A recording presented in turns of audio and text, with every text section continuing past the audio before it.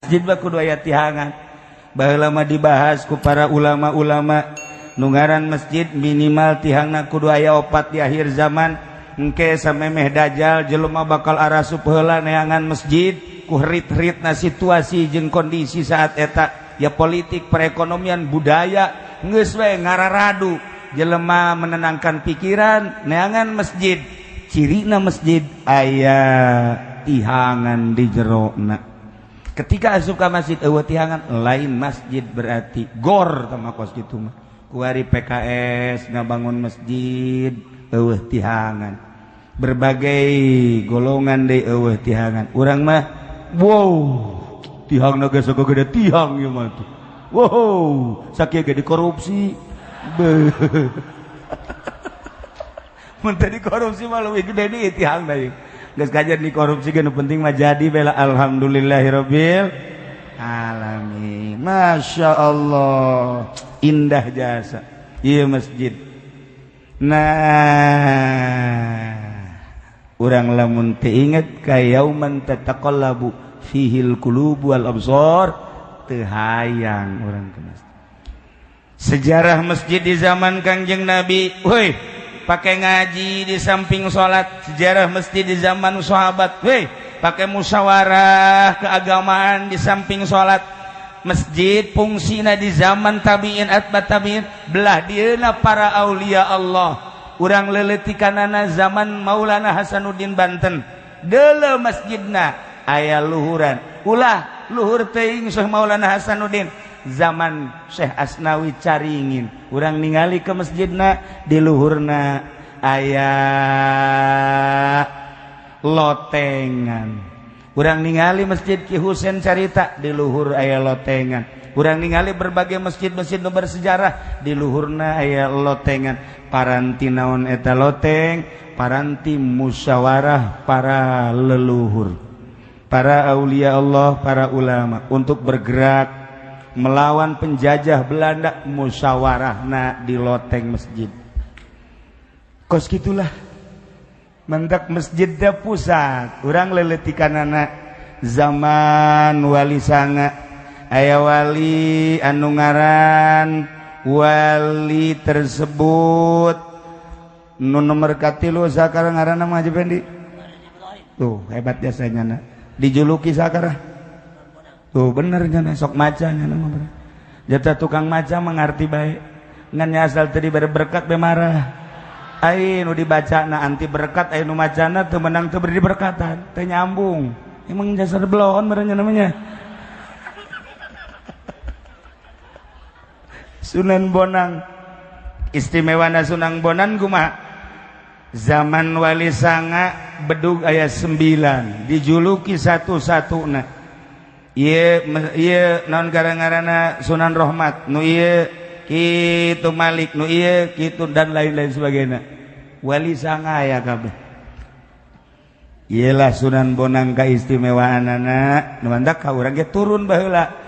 Di urang di mushola baheula di masjid bedug teh datang ke 9, turun 7, turun 5. 5 kan bener. Terus datang ke 3 kan? Datang ke eueuh ku ari bedug bogan teh dia. Tuh, bener bae. Ya Allah, ya Rabbi. Maheula mah urang inget bae keur leutik. Ting dung dang dung ding dung ding dang dung ding dung dung ding dang. Bae urang mah bisa kula mah. Kula lamun ku ari aya bedug atuh bisa, boro-boro bedug anu dikitu-kitu ge bisa kula mah. Naon ngaranna? Tuh, siapa nyaho bae kendang. Bedug. Sunan Bonang nyana zohorna beuh, asarna beuh, kadang nyana ngawakilkeun ka santrina. Tetapi ketika dek ngundang para aulia Allah sadunya make bedug. Bedug lain lalagaan fungsina. Di zaman Sunan Bonang tingali geura tareh Sunan Bonang, manakib Sunan Bonang ketika dek kumpulan para aulia Allah tahap dunia nu dek di Mesir, dek didatangkeun Irak, Iran, Saudi Arabia, Turki. Pokoknya 5 benua seluruh aulia Allah dek dikumpulkeun di Jawa. Sunan Bonang nu nabeuh bedugna sakumaha hasih kerasna bedug dug moal dibejakeun. Kukula cara nabeuhna. Cara nabeuhna ge dibejakeun. Pan santri mah nyaho, urang lamun tongtrong hiji pre ngaji bener teh. Lamun 3 berarti ngaji kan? Oh, lamun 5 berarti nyalakeun kan? Nah, lamun 7 berarti kan ngariung teu menang berkat kan? Oh, nya. Aya santri geus apal kabeh ge. Ti eta teh lainna ti wali baheula. Nah, Sunan Bonang nabeeh bedug. Ngan bedugna moal dibejakeun cara nabeeh jeung sabarahana. Asal eta dikumandangkeun ditabeuh ku Sunan Bonang. Wali nu di Irak, nu di Iran, nu di Turki, nu di Syria, nu di Palestina, di Yaman dan lain sebagainya daratang kabeh. Sakumaha kerasna suara bedug sih, tapi kok daratang? Masya Allah. Urang masa kitu talagudag di dia, oh dug dug dug dug dug dug, geus maka suara speaker, tolol tatangga nu datang. Nu datang. Tuh ai Sunan Bonang make wirid. Bismillah macana ye, macana bedug. Bismillahilladzi. Malah jadi suku saya direkampan. La ilaha illallahul jalilul akbar. Bismillahilladzi la yanamu wa la yamut. Mas mal diteruskeun bae. Engke ku sia diapalkeun ke pake ngemat awewe deui. Atuh aing we nu rugi pan. Sia mere kukudang henteu ka aing. Ditabeuh make bahasana eta tadi. Paranti leumpang ge urang lamun leumpang capek. Hayang rada dideketkeun bumi atawa urangna dibere tanaga atawa dibere cepet. Eta babacaanana. La ilaha illallahul jalilul akbar. Bismillahilladzi la yanamu wa la yamut. Kok dituna aya deui. Moal dibere. Atuh sia mangke dicoba-coba deui. Coba Gusti. Bismillahirrahmanirrahim. Deuk ka mana cak Gusti? Bali. Deuk ka Bali make babacaan eta. Ragag sia. Ieu bedug. Pohara ayana di mana? Di masjid. Tilok aya jelema nyimpen bedug lain di masjid. Di masjid bedug mah nu mantak dipermasalahkeun di zaman Waliullah Madura. Saha nu di Madura? Nu di Madura sa? Syekh Khalil, maka Syekh beusi Khalil doang di dieu aya ngaran Khalil. Tah mah pan tukang kieu bae nyampe. Tah mah Khalil lain deui. Ieu mah Syekh Khalil Bangkalan. Ulama kabeh mempermasalahkeun soal bedug. Cek sawareh bidah, cek sawareh henteu, cek sawareh bidah, cek sawareh henteu. Eueuh deui nu mutuskeun iwal hiji Syekh Khalil Madura Bangkalan. Urang ka ditu berangkat seluruh ulama Jawa Tengah, Jawa Timur lantaran isme Muhammadiyah geus aya ngajelaskeun tentang bedug bid'ah jeung teu bid'ahna. Berangkatlah ka Imah Syekh Khalil Bangkalan. Berikut ulama-ulama nu sejen. Kabeneran Syekh Khalilna eueuh. Syekh Khalilna keur eueuh. Begitu datang ka Imah Syekh Khalil teu aya. Assalamualaikum, teu aya. Assalamualaikum 3 kali teh. Ayalah santrina mama nuju teu aya. Kabeh kaget. Ieu urang ti Jawa Tengah, Jawa Timur jeung ti berbagai daerah dek nanyakeun soal hukum bedug, bid'ah apa teu bid'ah. Kabeneran Syekh Khalilna teu aya. Yuk urang ka masjid bae yuk. Ka masjid, ka masjid Syekh Khalil. Kunaon eta bedug eueuh anu nabeuh tapi sasada sorangan. Duduk biasa beres. Kabeh kiai kaget. Oh, ieu jawaban berarti meunang meureun teu bid'ah. Nabeuh sorangan. Mentak di dieu beus aya bedug nabeuh sorangan sing hade. Kajen kukumaha ge kuntil anak teh mah. Nah, geus beres baralik bae. Begitu baralik meunang sababaraha poe daratang deui kan ka Syekh Khalil. Aya Syekh Khalilna. Mama saminggu nu ka tukang kami daratang ka dieu maksud teh hendeuk nanyakeun hukum nabeuh bedug jeung hukum bedugna be eta teh sawareh ulama bidah sawareh ulama henteu abdi hayang keterangan ti mama ku bodoh cek mama Khalil. Nah jadi kiai ku bodoh-bodoh teuing cek mama Khalil. Ke kami asana teu ngeunaheun disebut bodoh. Ai eta waktu ka masjid bedug sasada tah henteu. Heuh sasada eta jawaban. Coba eta sanu nakolna coba ayo. Sanu nakolna coba. Ieu bedug mentak di masjid mah tetep tendenan bedug bae. Di dieu lamun can aya bedug gegeraan meuli bedug. Besi eueuh bedug sementara besi aya di dieu anu boga tanji. Nah, nginjem heula sagedeung bedug tanji. Nah, ieu bedug lain lalawara. Ingat keur jelema zaman hese baheula ka Mekah. Suami istri urang Surabaya ka Mekah naik kapal laut. Begitu geus asup ka kapal cak pamajikanana ka asana urang geunah amat mun ngadahar anggurnya. Oh, coba neangan Kak meuli heula. Salakina lantaran dititah ku pamajikanna kan turun ka handap. Turun di handap kebenaran eueuh tangkal anggur. Nu jualan anggur. Terus neangan rada kabelah ditu rada kabelah itu aya manggih di pasar bungaheun jasa salakina lantaran pamajikanna hayang anggur. Ngan begitu dibeli kapal berangkat. Anggur dibawa datang kadinya buntut kapal kadeuleu. Waduh, aing ka Mekah tinggalan. Ieu anggur naon hartina cekna ieu. Pamajikan aing hayang anggur, aing balanja demi pamajikan. Aduh, ieu pamajikan kumaha engke di Mekah.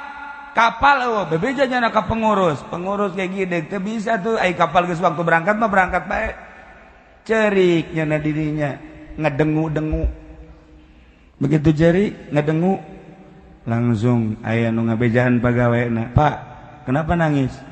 Saya kan salah satu peserta haji. Terus saya disuruh oleh istri saya beli anggur, cari anggur nggak ada di bawah sampai pasar. Terus begitu saya dapat anggur sampai sini kapal udah berangkat. Ya, cuk pegawainya tuh bapak ini lagi. Kenapa?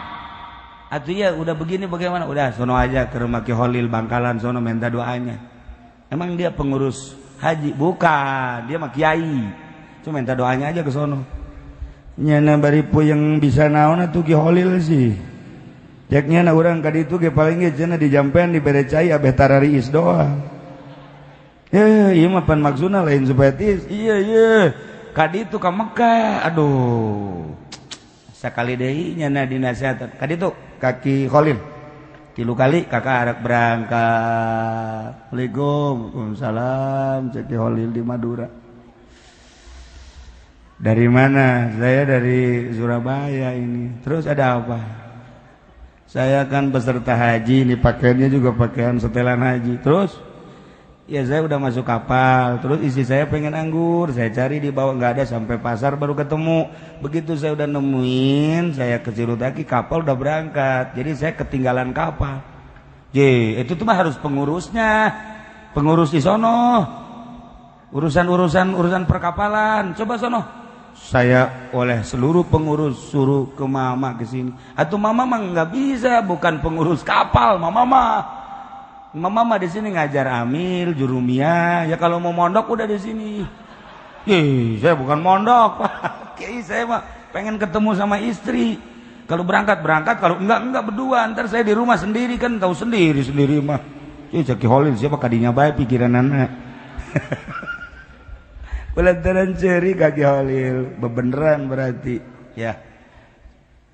Begini aja ya Ki Holil. Yuk kita ke masjid yuk. Mas, jadi ajaknya ke masjid. Tuh, lamun ku Haji Pendi bakal diajak ngagibrig karung. Punyana, tanah gabeak duit dibere, penblon eta. Tapi ku Ki Holil makan diajak ke masjid, kita ke masjid, salat, beres salat sini. Cek Ki Holil teh nanti jangan kasih tahu siapa-siapa sebelum mama ini meninggal. Kalau mama sudah meninggal, boleh kasih tahu siapa saja. Tapi sebelum mama meninggal, jangan kasih tahu siapa-siapa ya.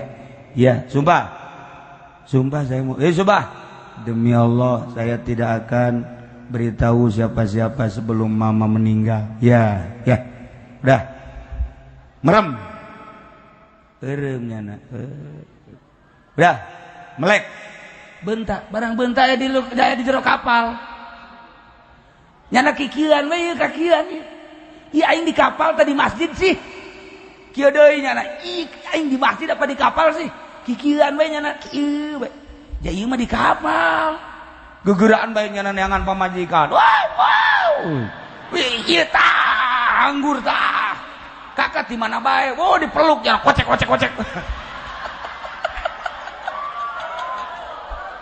atuh bunga jasa caknya nade atuh kula neangan kakak ge ulah loba omong kakak ge puyeng ieu sabenerna mah teu garti kakak ge cek nade ieu ke bae lah ngomong nang ge bae ngobrol nang ge bae ngobrolna iraha engke lamun mama geus maot ye lamun mama holel geus maot kakak diobrolkeun atuh nyahoheulan kakak nyaholan itu cek nya henteu moal mah geus bokona mah hayu urang ka Mekah coba eta Masya Allah tah mantak lamun boga kasulitan tanya ke Haji Pendi Haji kula boga hutang ya kumaha carana ayo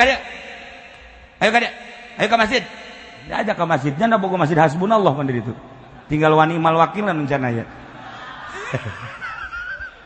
datang enon mangja ke masjid sia boga hutang bongan sia situ di ka masjid keun pentolol sia mah lain dibere wiridan dicarekan asana nyana balik ngeluh ya pengen ku aing diteluh sia teu bisa tapi Mama Khalil masuk ke masjid salat dibere ilham ku Gusti Allah eta jelema pohara jasa sanggeusna wafat ke Khalil kakarak bebeja tuh ya Allah ieu masjid mantak urang boga kasulitan dunia kasulitan akhirat salat tempatna di masjid urang boga permasalahan politik asup ka masjid tadarruk ka Gusti Allah urang boga permasalahan perekonomian sup ka masjid tadarruk ka Gusti Allah urang boga permasalahan berbagai permasalahan sup ka masjid tadarruk ka Gusti Allah jadi masjid mah yusabbihu lahu fiha bil guduwi wal asal bersihkeun sucikeun tasbihkeun Gusti Allah asal geus mantap ka Gusti Allah menta geura ka Gusti Allah moal teku moal datang ka teu dibere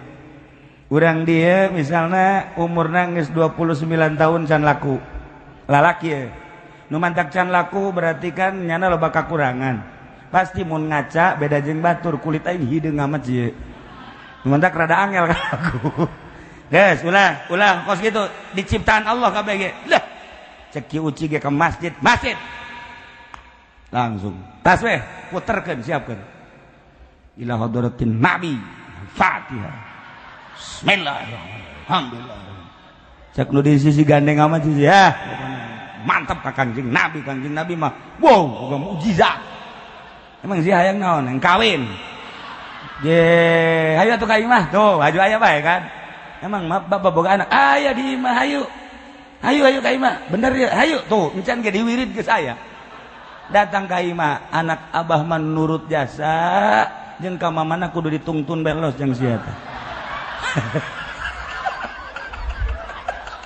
nurut los jangan dipendi teman nurut gitu mah los asup ka masjid baca a'udzubillahi minasyaitonirrajim bismillahirrahmanirrahim idz qala yusufu li abihi ya abati inni ra'aitu ahada asyara kawkaban wasyamsa wal qamara ra'aitum li sajidina lamun tadi kitu kan mal manjur sia kudu dikitukeun bacalah 75 kali puasa seminggu bukan nama cabai rawit 7 abe panas maksudnya atuh lamun teu kitu mal panas itu teu datang bibir-bibir atuh nu panas masjid ya Allah nek ngamimitian urang ibadah ka Gusti Allah jam hiji keletrek ka masjid kitu belajar ibadah komo nu da deukeut maka di ieu masjid rijalul la tulhihim tijaratun wala bai'un an dzikrillah wa iqamis shalah wa itaiz zakah masjid geus dijelaskeun ku Gusti Allah lain imah sasaha baitullah teu meunang digade teu meunang dibikeun teu meunang dijual milik Allah mulia jasa ketika orang ke masjid berarti orang dek ngazarahan Allah ketika orang ke masjid berarti orang dek nutup permaksiatan celi di imah mah pakai ngadeikeun musik mata pakai ngadeikeun TV dan lain sebagainya ketika ke masjid salamet mata jeung celi Ketika orang ke masjid, di musola, di majlis, di imah bisa diuk, tapi teu bisa itikaf. Ketika asup ke masjid, orang bisa itikaf. Ketika orang di imah di mana baik, orang bisa ngalamun, tapi di masjid mah orang tilok ngalamun, zikir, maca sholawat dan lain sebagainya. Nilainya masjid luar biasa. Ialah bait Allah.